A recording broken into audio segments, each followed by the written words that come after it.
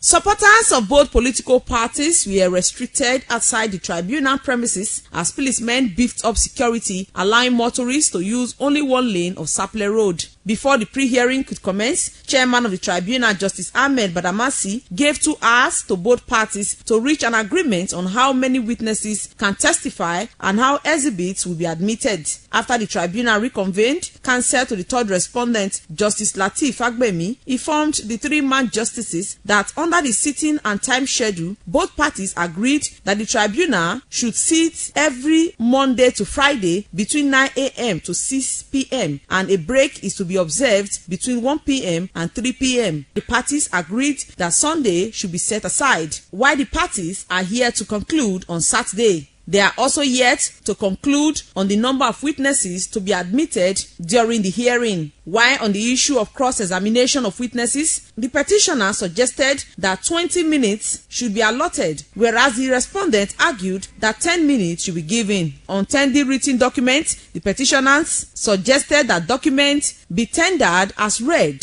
which the defense counsel objected to, insisting that all documents that will be presented to the tribunal be read, perhaps by the tribunal's secretary. On the time to be allotted for address, response, and reply, the petitioner suggested 7 minutes to address, another 7 minutes to respond, and while 3 minutes should be allowed for reply, which the respondents objected. However, before the tribunal called on the counsels to adopt the pre-hearing form before a comprehensive ruling will be done, the petitioner's counsel, Barrister Emmanuel Okala, SAN, informed the tribunal that there is an application before the tribunal to vary order of inspection of election materials that has been served on the respondent and appeal to the tribunal to prevail on the respondent to reply on Wednesday to enable them respond on Thursday. Although counsel to the respondent, Barrister Adetunji Oyedipo, said Wednesday was not feasible, the chairman of the tribunal in his ruling gave till this Wednesday for a reply to the motion on notice filed by the petitioner on variation of order of inspection of materials and adjourned to this week's Thursday to adopt the pre-hearing form so as to give comprehensive ruling. Counsel to both parties speak on the tribunal pre-hearing. We have moved the process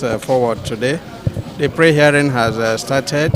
We have reached a number of agreements, far-reaching agreements for that matter, which will progress the hearing of the petition. So that is what has been achieved today. What happened today was to chart a course for the trial of the main petition, and that's what we call pre-hearing session, which was kick-started today. And by and large, we were able to agree on major issues.